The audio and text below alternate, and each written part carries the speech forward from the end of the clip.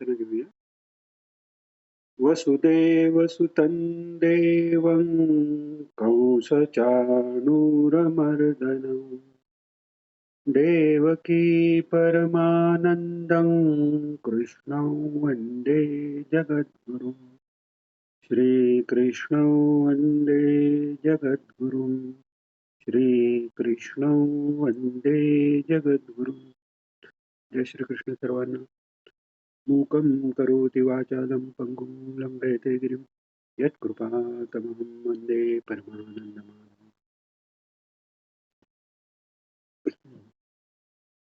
काल आपण 6वा अध्याय 6वा श्लोक पाहिला, 7वाही पाहिला. 7व्यात आपण हे पाहिलं की जितात्मनः, इथे आत्मनः हा जो शब्द आलेला आहे इथे आत्मा, इथे पुन्हा जीवात्मा अशा दृष्टीने, म्हणजेच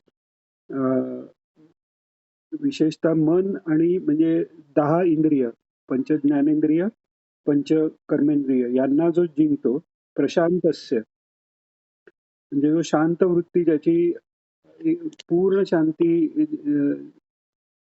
ज्याला प्राप्त झालेली, असा शांत असलेला परमात्मा समाहिताः शीतोष्ण सुख दुःखेषु तथा मानापमानयो. म्हणजे तो असा प्रशांतात्मा असा असतो की त्याची शांती कोणत्याही द्वंद्वाने, शीत उष्ण, सुख दुःख, मानापमान यांनी विचलित तो होत नाही. आणि आपण हेही पाहिलं की स्थितप्रज्ञाच्या लक्षणातही हेच सांगितलेलं आहे. म्हणजे लाभालाभौ जयाजयो, कोणत्याही प्रकारात हे सुख दुःख समे कृत्वा लाभालाभौ जयाजयो, हे सम झालेले आहेत. त्याला समस्थिती म्हणजे तिथे त्रिगुण संपले. तर सम म्हणजे सुख आणि दुःख, दुःख सारखे याच्याही पलीकडे जाऊन ती सुख दुःख यांनी त्याच्या स्थितीत काही फरक पडत नाही, अशी ती समस्थिती त्याची झालेली आहे. आता 8वा श्लोक ताई घेता तुम्ही, जयश्री ताई? हॅलो.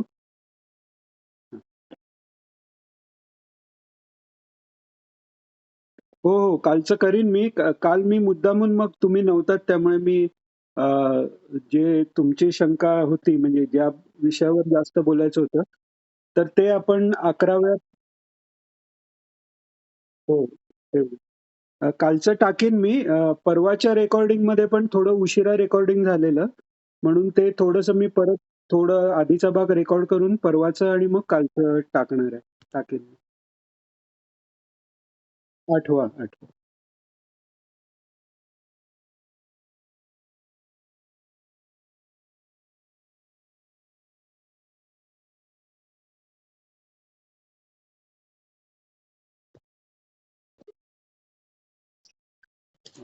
आता मागे वेगवेगळ्या ह्यांनी भगवंत त्या वेगवेगळ्या प्रकारे त्या समचित्त झालेला महात्मा आहे, त्याची स्थिती वर्णन करतात. आणि वेगवेगळ्या अध्यायात पुन्हा पुन्हा त्याचं वर्णन भगवंतांनी केलंय. हे एवढ्यासाठी की 2 गोष्टी आहेत. एक तर आपण जेव्हा एखाद्याला ज्ञानी महात्मा म्हणून शरण जातोय, तर तेव्हाही या गुणांचा जिथे परिपाक आहे तिकडे शरण जाता यावं, आपल्याला ओळखता यावे. कारण ज्ञानी ओळखणं, खरं ओळखणं तर फार पुढचं आहे, पण निदान त्यांना शरण जाण्या इतकं तरी ज्यांची ओळख होण्याकरता हे गुण उपयोगी पडतात. आणि दुसरं म्हणजे हे गुण, म्हणजे एतत् ज्ञानम इति प्रोक्तम भगवान म्हणतात. म्हणजे हे गुणांची म्हणजे गुण मिळवणं ही साधना झाली, पण हे गुण आले की तेच ज्ञान आहे. त्याच्याशिवाय ज्ञान असं काही वेगळं नाही. कारण ज्ञान हे काही शब्द किंवा काही माहिती असं नाहीये, ती एक स्थिती आहे, आत्मस्थिती आहे. तर ती स्थिती प्राप्त झाल्याची ही लक्षण आहेत. तर आता परमात्मा म्हणजे जो सच्चिदानंद घन जो परमात्मा आहे, तो प्राप्त झालेल्याची अजून लक्षणं सांगतात. म्हणजे जितेंद्रिय झाल्यावर तो शांत होतो, परमात्मा प्राप्त होतो आणि मग त्याची लक्षणं काय आहेत? तर ज्ञान विज्ञान तृप्तात्मा. म्हणजे तो ज्ञान म्हणजे इकडे परोक्ष ज्ञान असा अर्थ आहे. म्हणजे परब्रह्माविषयीचं जे काही गुरूंद्वारे कळलेलं ज्ञान आहे, शब्दरूपाने म्हणा, तर ते ज्ञान आणि विज्ञान म्हणजे त्या ज्ञानाचा अनुभव आलेला आहे. विशेष ज्ञान, ते विज्ञान. तर ते ज्ञान आणि विज्ञान ह्या दोन्हींचही प्राप्ती होऊन त्यांनी तो तृप्त झालेला आहे. म्हणजे आता तृप्त झालेला आहे म्हणजे आता आपण जसं व्यवहारात एखादी विषय मिळाल्यावर आपण तृप्त होतो. त्याचा परिणाम असतो, की मग त्याच्यापेक्षा तो विषय जास्त मिळाला तर आपल्याला तो नको वाटतो. पण अध्यात्मज्ञानाचं तसं नाहीये. अध्यात्मज्ञानाचा जो आनंद आहे, तो संपणारा नाहीये. कारण बाह्य विषयाचा पण आनंदात जेव्हा तृप्ती येते, तेव्हा त्या तृप्त जी अवस्था आहे, ती जी समाधानाची अवस्था आहे, त्यात बाह्य विषयाची काही गरजच नाहीये. तर त्यामुळे नंतर तो विषयाच्या निमित्ताने झालेला आनंद जो आहे, तो विषयाची गरज नसते किंवा तो नकोसाही वाटतो पुन्हा पुन्हा आल्यावर. पण इथे हे ज्ञान विज्ञान जे आहे, विज्ञान म्हणजे साक्षात अनुभव जो आहे, त्याची तृप्ती म्हणजे आता बस झालं ह्याला तृप्ती नाहीये. तृप्त म्हणजे ती एक कृतकृत्य अवस्था आहे, की आहा मला जे मिळवायचं होतं ते मला आता मिळालेलं आहे किंवा मी ही भावनाही तिथे गेली आणि तिथे केवळ तृप्ती, केवळ तो आनंद असा त्याचा राहतो. म्हणून त्याला ज्ञान विज्ञान तृप्तात्मा म्हटलेलं आहे. म्हणजे अजून काही जाणून घ्यायचं नाही, अजून कशाचा अनुभव घ्यायचा नाही. जे आहे ते सर्व मिळालेलं आहे. नंतर त्याला म्हटलंय कूटस्थ. कुट याचा अर्थ अं, अं, सूक्ष्म जागा म्हणजे आपल्या अंतःकरणाच्या आत परमात्मा बसलेला आहे असं जे आपण जोपर्यंत आपण जीवात्मा आहोत अशी आपली भावना आहे तोपर्यंत आपल्या अंतर्यामी भगवान आहेत आपण म्हणतो तो तर त्या ह्यानी त्या अंतरात कूटात राहिलेला हृदय देशात म्हणजे योग्यांचं हृदय हे आज्ञाचक्राला म्हणतात तर त्याच्या आत जो परमात्मा आहे असं कुटस्थाचं अ, म, लक्षण आहे आणि दुसरं कूटस्थ म्हणजे तो कूट राहतो म्हणजे त्याच्यापर्यंत कोणी पोचू शकत नाही म्हणजेच विकार त्याच्यापर्यंत पोचत नाही असा सगळ्यापासून अलिप्त तटस्थ साक्षी स्वरूप असा तो आहे असा तो आपला अंतरात्मा आहे तर हे ज्ञान आणि विज्ञानही त्यांना झाल्यावर त्याच्यात तो स्वतःच तो कुटस्थ रूप म्हणजे साक्षी स्वरूपात तो राहतो. तोपर्यंत आपण याच्यात गीतेतही आले ना द्वाविमौ पुरुषो लोके क्षरश्चाक्षरमेव च. तर त्यातला क्षरभाग गेल्यावर एकच पुरुष जो अक्षर पुरुष जो आहे तो कुटस्थ त्या रूपात तो राहतो. विजितेंद्रिय विशेष प्रकारे इंद्रियाचा जय झालेला आहे. आता विजितेंद्रिय का म्हटलंय कारण जितेंद्रिय म्हणजे ती आत्ताची स्थिती झाली जेव्हा त्याला लागला तेव्हा ती एकदा ती जिंकलेली इंद्रिय आहेत आता पुढे त्याचं नियमन करण्यासाठी काही प्रयत्न नाहीत. साधनेच्या ह्याच्यातही एखादी व्यक्ती पुढे जाऊन जितेंद्रिय होते आणि त्याचा मग परिपाक म्हणजे जितेंद्रिय झाल्यावर ज्ञानाचा प्रकाश होतो. पण ज्ञानाचा प्रकाश होण्यासाठी जितेंद्रिय राहण्याकरता ती इंद्रिय जिंकणं किंवा त्या इंद्रियावर माझा ताबा आहे अशी वृत्ती राहते. इथे विजितेंद्रिय का म्हटलेलं आहे तर ती इंद्रिय हा मी नाहीच ही भावना असल्यामुळे हे पूर्ण जाणीव असल्यामुळे त्या इंद्रियांचा व्यवहाराशी याचा काहीही संबंध राहत नाही. त्यामुळे इंद्रिय यांच्या संकल्पाप्रमाणे काम करतात. मन इंद्रियांच्या अधीन गेलं तर तो बंद झाला आणि मन इंद्रिय आपण काल जो श्लोक पाहिला की बंधुरात्मा बंधुरात्मा बंधुरात्मानस्तस्य येनायवात्मा मना जिताः जे म्हटलं आपण की तोच शत्रू, मन हे शत्रूही होतं आणि मन हे मित्रही होतं. तर जर इंद्रियाच्या ताब्यात मन गेलं तर ते शत्रू झालं. इंद्रिय मनाच्या ताब्यात झाली की ते मित्र झालं. तर असा तो विजितेंद्रिय आहे. म्हणजे इंद्रिय, आता पुन्हा त्याला इंद्रिय ताब्यात ठेवण्यासाठी काही विशेष प्रयत्न करावा लागतो असं नाही. ती साहजिक स्थिती त्यांची बनलेली आहे. आणि तो अजून कसा आहे तर समलोष्टाश्म कांचन म्हणजे अ, अ, माती, दगड, सोनं याच्यात त्याला काही फरकच दिसत नाही. असं तो समलोष्टाश्म कांचना अ, असा आहे. एक अ, गोरा कुंभार जसे होते तसे राका कुंभार म्हणून एक संत होऊन गेले. त्यांच्या बाबतीत एक गोष्ट सांगतात. तर ते एकदा त्यांनी असंच त्यांची मडकी जी आहे ती भाजत ठेवलेली असतात आणि नंतर त्यांच्या लक्षात येतं की अ, त्याच्या भोवती मांजर अशी फिरायला लागते. मग लक्षात येतं त्यांच्या की त्या मांजरीनी एका मडक्यात तिच्या पिल्लाला जन्म देऊन त्या मडक्यात ठेवलेली असतात.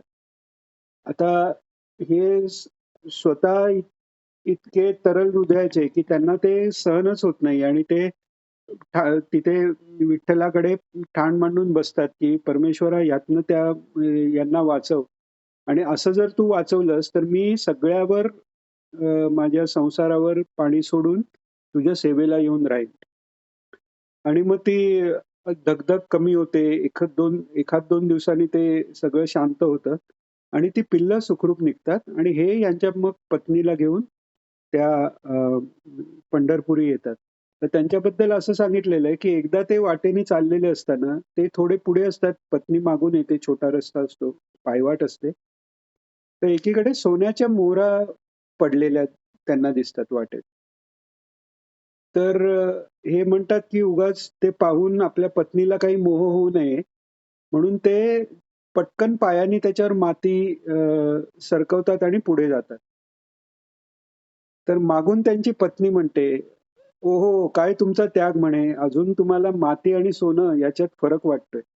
तर अशी ती स्थिती आहे. त्यांच्या स्त्रीची स्थिती अशी आहे, की तिला सोनं काय आणि माती काय हा फरकच नाही राहिला. म्हणजे ते सोनं म्हणून आपण त्यागच करायचा आहे किंवा माती म्हणून ते आपण घ्यायचंय किंवा असा कोणताच संबंध नाहीये. ते कारण समानच झालेलं आहे. असं तो समलोष्टाश्म कांचना झाला. त्यालाच खरं युक्त म्हणतात. तोच योगी आहे, तोच युक्त आहे. युक्त इति उच्यते. आता युक्त इति उच्यते म्हणजे ह्याला कोण युक्त म्हणतात?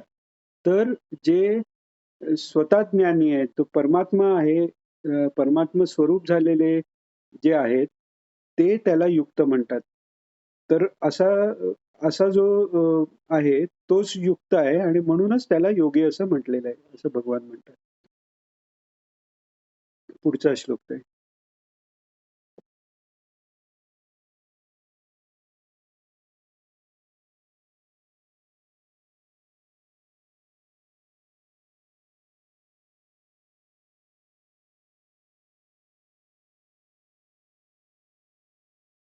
हां, हां. आता ते सांगतायत की एकतर समलोष्टाश्म कांचनमध्ये सगळ्याही पदार्थांबद्दल एकच वृत्ती आहे. म्हणजे जे अचेतन जी सृष्टी आहे त्या सगळ्याबद्दल एकच वृत्ती झाली. आता अ, जे आपल्याला अनुकूल आहेत किंवा प्रतिकूल आहेत किंवा सम आहेत अ, त्यांच्याबद्दल कसा असतो ते सांगितले. तर सुहृद आपण बघितलं. सुहृद याचा अर्थ प्रत्युपकार निरपेक्षतया उपकारिणाम म्हणजे अगदी जवळचा मित्र जरी असेल, सुहृद आहे. अ, तो अगदी जीवस्थ कंठस्थ मित्र आहे. त्याला सुहृद म्हणतात.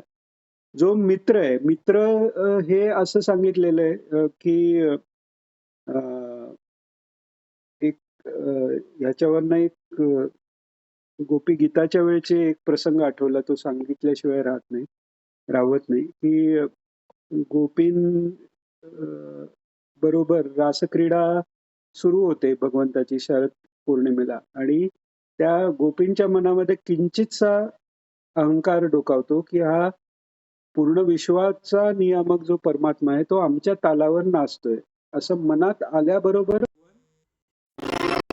हे अदृश्य होतात. आता ते अदृश्य झाल्यावर मग ते गोपींनी गोपीगीतातनं त्यांची स्तुती केली आहे. त्याच्यात मग ते तुम्ही सगळ्यांचे अंतर्यामी आहात पासून ती सगळी स्तुती केलेली आहे. मग भगवान चतुर्भुज विष्णू रूपात प्रकट होतात. तर या गोपी म्हणतात तुमचा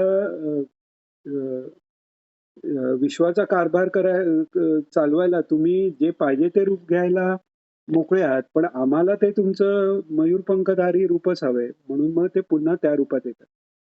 मग थोडस गोपी त्या लटक्या रागाने म्हणतात की काही काही लोक असतात की ती अ, अ, प्रेम म्हणजे दुसऱ्यांनी प्रेम केलं किंवा नाही केलं पण आपण प्रेम करतात. काही काही दुसऱ्यांनी केलं तरच प्रेम करतात आणि काही जे असतात दुसऱ्यांनी कितीही प्रेम केलं तरी ते करत नाहीत. असं ते कृष्णाला वक्रोक्ती करत असतात. तेव्हा भगवान म्हणतात की दुसऱ्यांनी प्रेम न करता प्रेम करणारे हे आई वडिलांसारखे जे आहेत की ते फक्त प्रेमच करतात. तर ते सुहृदाचं लक्षण आहे. भगवंत हा सुहृद आहे म्हणजे प्रत्युपकार निरपेक्षतया उपकारणं. त्याच्यापेक्षा थोडे कमी म्हणजे मित्र. म्हणजे मित्र किती आपण मित्र मित्र म्हटलं तरी आपण जेवढं करू त्याच्यापेक्षा थोडं जास्त करत असेल पण कुठेतरी जेव्हापर्यंत ती सुहृद स्थिती नाही आलेली मैत्री जोपर्यंत आहे तोपर्यंत कुठेतरी समोरच्याकडनं परत प्रत्युपकाराची अपेक्षा आहे. म्हणजे प्रत्युपकार म्हणजे मी इतकं दिलं तितकं त्यांनी द्यायला पाहिजे ही अगदी खालची मैत्री झाली. पण खूप चांगला मित्र असेल तरी तो भरभरून निस्वार्थीपणे देईल पण ती कुठेतरी किंचित अपेक्षा इव्हन आई वडिलांनाही किंचित कुठेतरी अपेक्षा असते की आपण केलंय त्याची चाड आपल्या मुलांनी ठेवावी. कुठेतरी ती इच्छा असते. तर तोपर्यंत ती सुहृद स्थिती नाही आली. म्हणून सुहृद वेगळं सांगितलंय. मग मित्र म्हणजे त्याच्यात थोडीस देवघेव आली. उदासीन म्हणजे ज्याचा काही आपल्याशी संबंधच नाही. नंतर मध्यस्थ म्हणजे संबंध आहे पण तरी त्याला काही तो फक्त आपल्या बाजूनेच विचार करतोय असं नाही. आपल्या विरुद्ध पार्टीच्या दृष्टीने तो विचार करतोय अशी थोडीशी स्थिती. आणि द्वेष करणारा म्हणजे शत्रू असलेला ही एक कॅटेगरी झाली. शिवाय त्यांनी आपल्याशी नातं असण्याच्या दृष्टीने बंधुवर्ग असाही एक. तर या सगळ्यांच्या ठिकाणी यांची समबुद्धी राहते. आता याचाही आपण अर्थ कुठेही तुम्ही पाहिलात तर एवढाच अर्थ तुम्हाला सापडेल की सुहृद मित्र शत्रू उदासीन मध्यस्थ द्वेष करण्यासारखा जो असेल तो किंवा बंधू किंवा सज्जन आणि पापी या सगळ्याविषयी समान भाव ठेवणारा असा अत्यंत श्रेष्ठ आहे तो साधू. तर यात एक लक्षात घेतलं पाहिजे की तो त्या साधू अवस्थेला पोचतो तेव्हा त्याला सुहृद कोण आहे हे कळलेलं आहे. खरा सुहृद फक्त परमात्मा आहे. तर परमात्म्याबद्दल जी वृत्ती आहे तीच सर्व लोकांबद्दल वृत्ती त्याची आहे. याचाच अर्थ सर्वत्र समभाव जो आहे तो सर्वत्र परमेश्वरच आहे. सर्वांचा अंतर्यामी तो आहे. सर्व रूपही तो आहे. म्हणजे फक्त अंतर्यामी बसलाय असं नाही. हे पंचमहाभूताचं जग ही त्याचाच विलास आहे. अशी त्या महात्म्याची अवस्था झालेली आहे. 10वा घेऊया.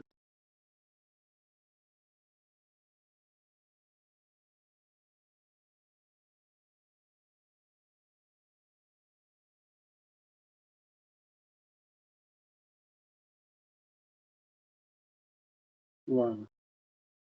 तर आता तो कसा आहे आता हे वर्णन भगवान आपण पाहिलं का दोन्ही दृष्टीने करतात की आपल्यात ते गुण येण्यासाठीही आणि असा महात्मा असेल तर त्याच्या तद्विधी प्रणिपातेनं परिप्रश्नेनं सेवामध्ये ते म्हणजे कोण ज्ञानी महात्मे कसे ओळखायचे याच्यासाठी पण उपयोग आहे. आपल्यात आणण्यासाठी पण उपयोग आहे.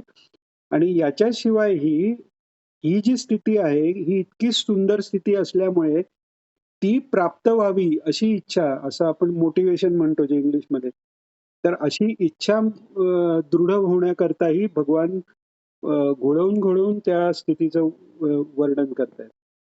तर तो कसा आहे, योगी युंजित. आता तो युंजित म्हणजे लावलेला कशात, तर परमात्म्यात. सतत सततम आत्मानम रहसी स्थिता. म्हणजे सगळं आत्मानम म्हणजे पुन्हा इथे मन आणि इंद्रिया सकट शरीर हे म्हटलेलं आहे. तर मन, इंद्रिय हे सगळं अ, अ, ईश्वराशी युंजित ठेवणारा आहे. आणि असा तो योगी एकाकी यतचित्तात्मा. म्हणजे याचाही अर्थ तुम्ही पाहाल तर एकट्यानेच एकांतात बसून आत्म्याला नेहमी परमात्म्यात लावावे असं किंवा लावणारा असा अर्थ दिलेला असतो. तोही बरोबर आहे. आणि त्यातला गूढ अर्थ असा आहे, एकाकी म्हणजे तो योगी अशा स्थितीला आहे, की त्याला आत्मानुभव झाल्यामुळे एकमेव अद्वितीय असं परब्रह्माशिवाय दुसरं काहीच नाही. त्यामुळे ते एकाचंच अस्तित्व तिकडे राहिलेलं आहे. त्यामुळे तो एकाकी असं म्हटलेलं आहे. आणि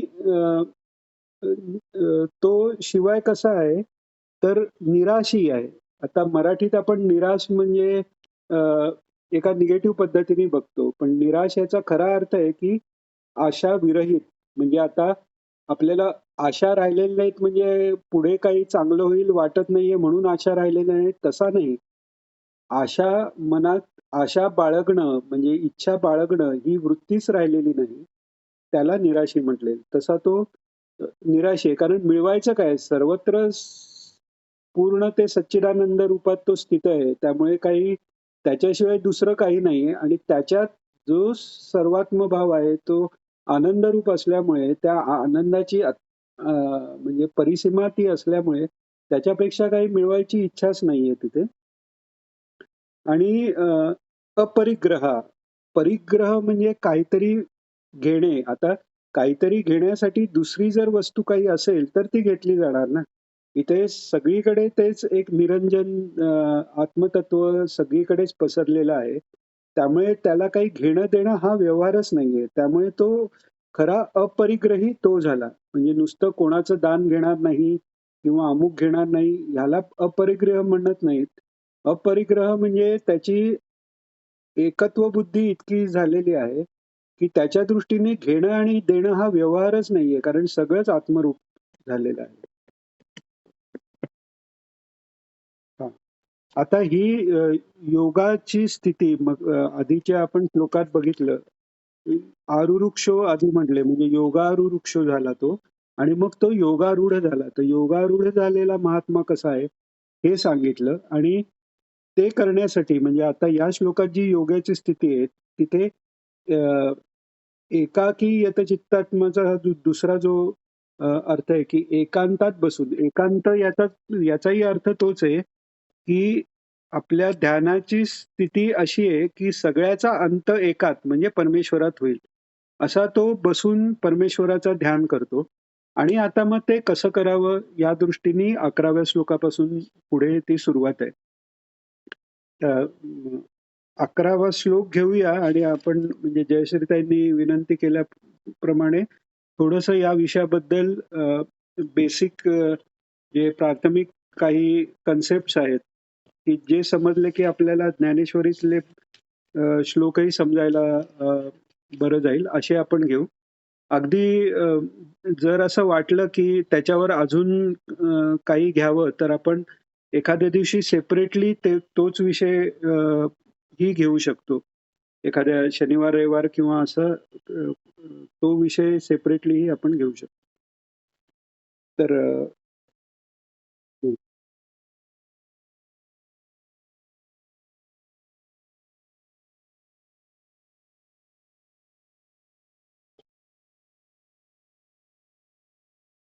हं, हं.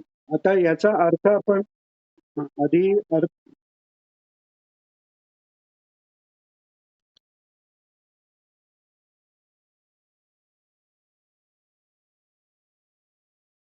आता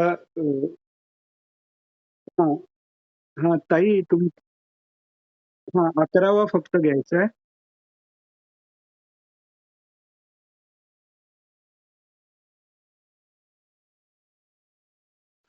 आता आपण याचा अर्थ आपण नंतर घेऊ. आधी आपण थोडंसं जे बेसिक आहे, की योग मार्गाबद्दल जे ताईंनी विचारलं, जे ज्ञानेश्वरीत अ, आलेलं आहे, पण कळायला थोडंसं कठीण जातं ते. तर आपण हे पाहिलं, की ज्ञानमार्ग जो आहे, तो विचारांच्या द्वाराने आपण अ, अ, अंतःकरण हे स्थिर होतं आणि अंतःकरण स्थिर झालं, की त्याच्या ज्या वृत्ती थांबल्या, की त्या वृत्तींच्या मधली जी निर्विचार स्थिती आहे, तीच तो आत्मानंद आहे. तर तो आत्मानंद आपोआप बाहेर येतो. हे झालं ज्ञानमार्गाचं. भक्तीत जेव्हा ईश्वराच्या स्वरूपाबद्दल नामात जेव्हा भक्त घडून जातो, सगळे भाव त्याचे अष्टसात्विक भाव जागृत होतात आणि ते परमेश्वराकडे जातात. तेव्हा ही तशीच निर्विचार स्थिती येते आणि तो आनंद आपल्याला प्राप्त होतो. आता हा 6व्या अध्यायात मुख्यत्वे करून योग हा भाग सांगितलाय. अ, अ, भक्ती हा भाग आतून आतली आपल्या भावना आणि अ, आपल्या परमेश्वराबद्दल जे आपण नातं निर्माण करू शकतो त्याच्यावर भर देणार आहे.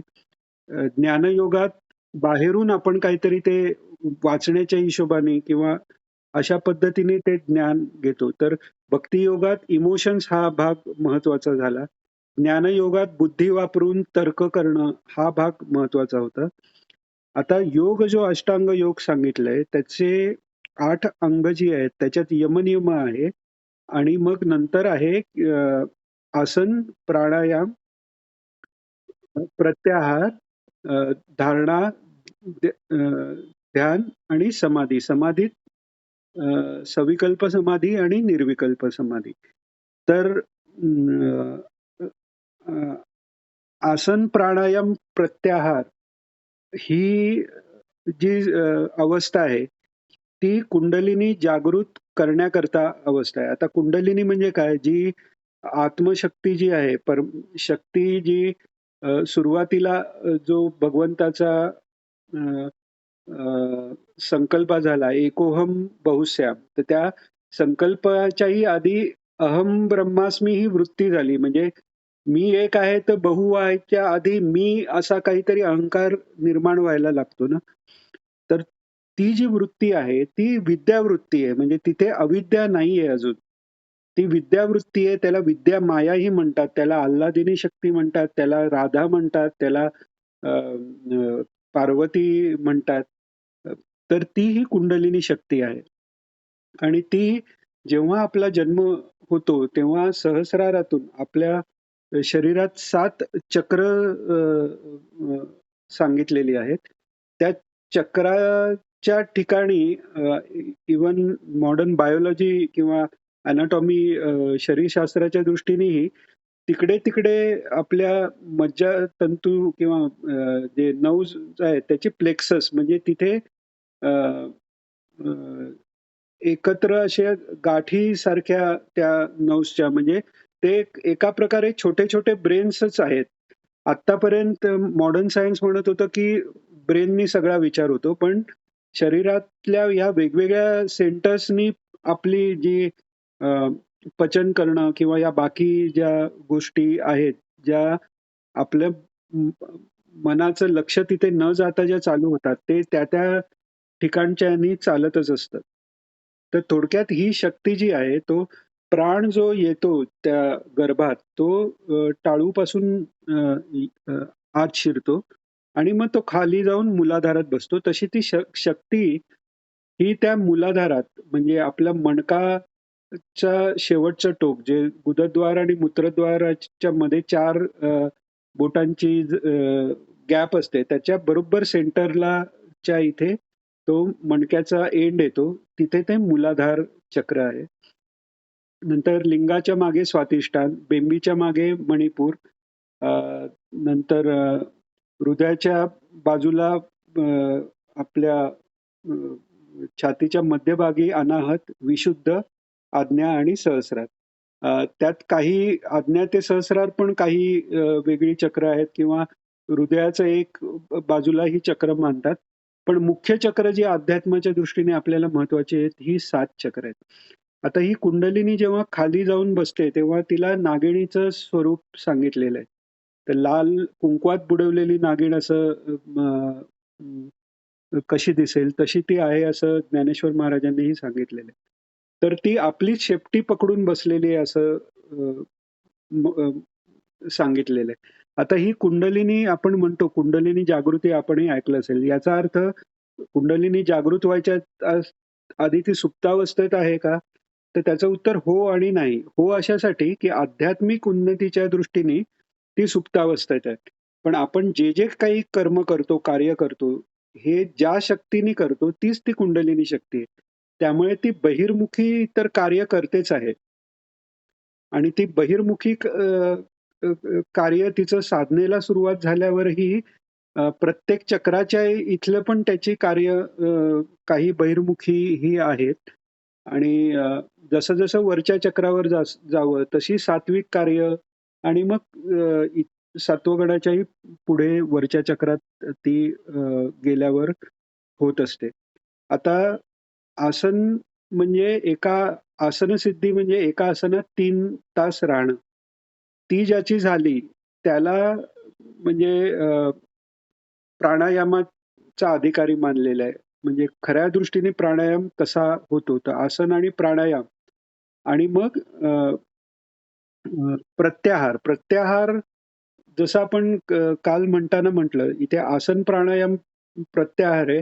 ज्ञानमार्गात श्रवण मनन आणि निदिध्यासन आहे. आता तर प्रत्याहार म्हणजे मनाला सर्व विषयांपासून बाजूला घेणं. तर तिथे तो सुरुवातीचे 2 जे यमनियम आहेत त्याचाही उपयोग आहे आणि शिवाय मग तुमचा विवेक आणि उपरती जे ज्ञानमार्गात साधन चतुष्टय संपत्ती सांगितलेली आहे श्रवणाच्या आधीची की शम म्हणजे अ, अ, मनाचा निग्रह, दम म्हणजे इंद्रियांचा निग्रह, नंतर विवेक, वैराग्य आणि मुमुक्षुत्व. तर हे सगळं असल्यानंतर तो प्रत्याहार म्हणजे बाकी विषयातनं मनाला काढून ते आत्मस्थितीत ठेवणं. आता योगमार्गात कसं आहे आपण कालही पाहिलं की ज्ञानमार्गात विचाराने मन स्थिर केलेलं आहे. आणि मन स्थिर झालं की प्राणही स्थिर होतात, श्वास थांबतो. तर भक्ती मार्गात मनाला ईश्वराचं आलंबन देऊन मनाचं स्थैर्य साधलं जातं.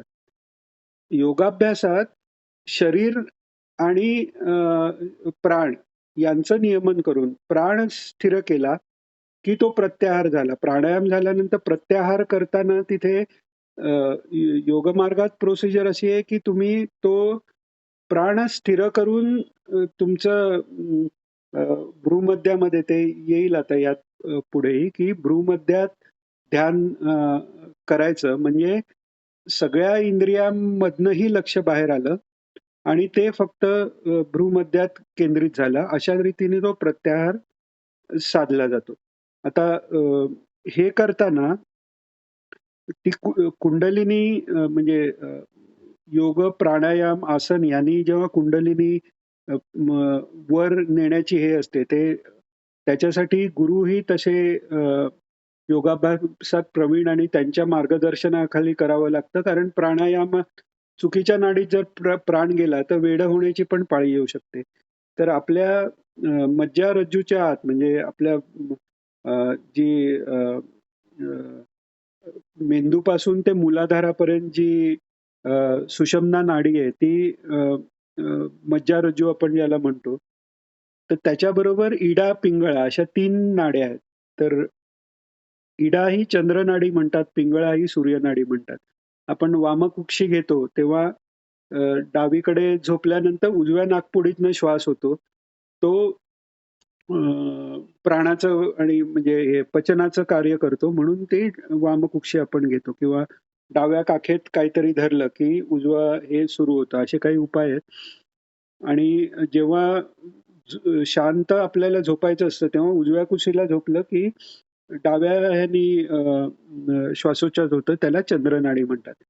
या सूर्य आणि चंद्राचं लोकेशनही आपल्या बेंबीत सूर्य जे मणिपूर चक्र आहे तिकडे आणि आज्ञाचक्रात चंद्र असं म्हटलं गेलंय. सूर्यातनं अग्नी येतो, जो वैश्वानर होऊन आपल्या अन्नाचं पचन परमेश्वर जे करतो तो अग्नी आहे.